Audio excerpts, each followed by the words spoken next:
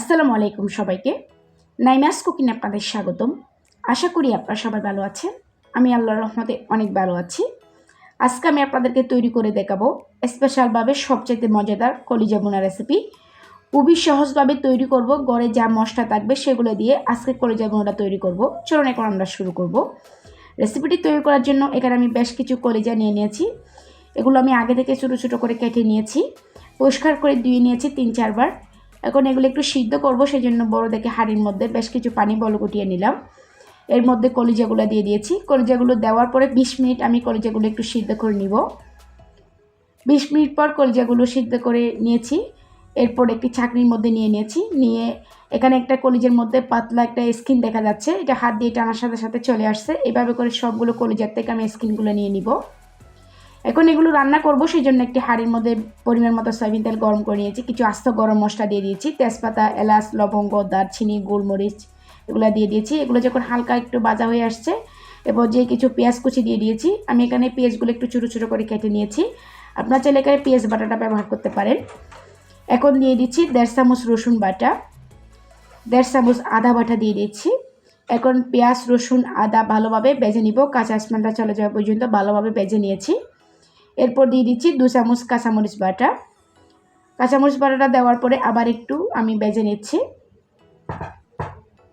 এখন আমি এর মধ্যে দিয়ে দিচ্ছি স্বাদ মতো লবণ, 1 চামচ হলুদ গুঁড়া, 1 চামচ ধনে গুঁড়া, 1.5 চামচ লাল মরিচের গুঁড়া দিয়ে দিচ্ছি।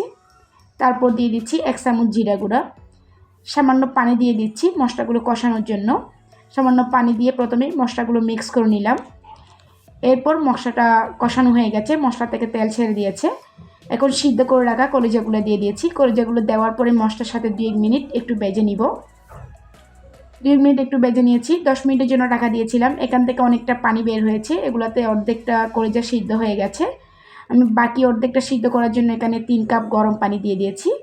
এরপর ঢাকা দিয়ে দিয়েছিলাম। যতক্ষণ পর্যন্ত সিদ্ধ হয় নাই ততক্ষণ পর্যন্ত আমি রান্না করে নিয়েছি। এটুকু ঝোল আছে, এই অবস্থা আমি 3টা কাঁচামরিচ দিয়ে দিয়েছি। লবণটা চেক করে নেবেন। লবণ আমার হয়েছিল, সেই জন্য আমি লবণ দিইনি। 1 চামচের মতো গরম মশলা দিয়ে দিয়েছি। কিছু ধনেপাতা কুচি দিয়ে ঢাকা দিয়ে 10 মিনিট আরও চুলায় রেখেছিলাম। এরপর চুলা থেকে নামিয়ে নিয়েছি। এরপর একটি প্লেটের মধ্যে পরিবেশন করে নিচ্ছি একটু আপনাদেরকে দেখানোর জন্য। দেখুন মাশাআল্লাহ, দেখতে অনেক লোভনীয় দেখাচ্ছে, খেতে কিন্তু অসম্ভব রকমের টেস্টি।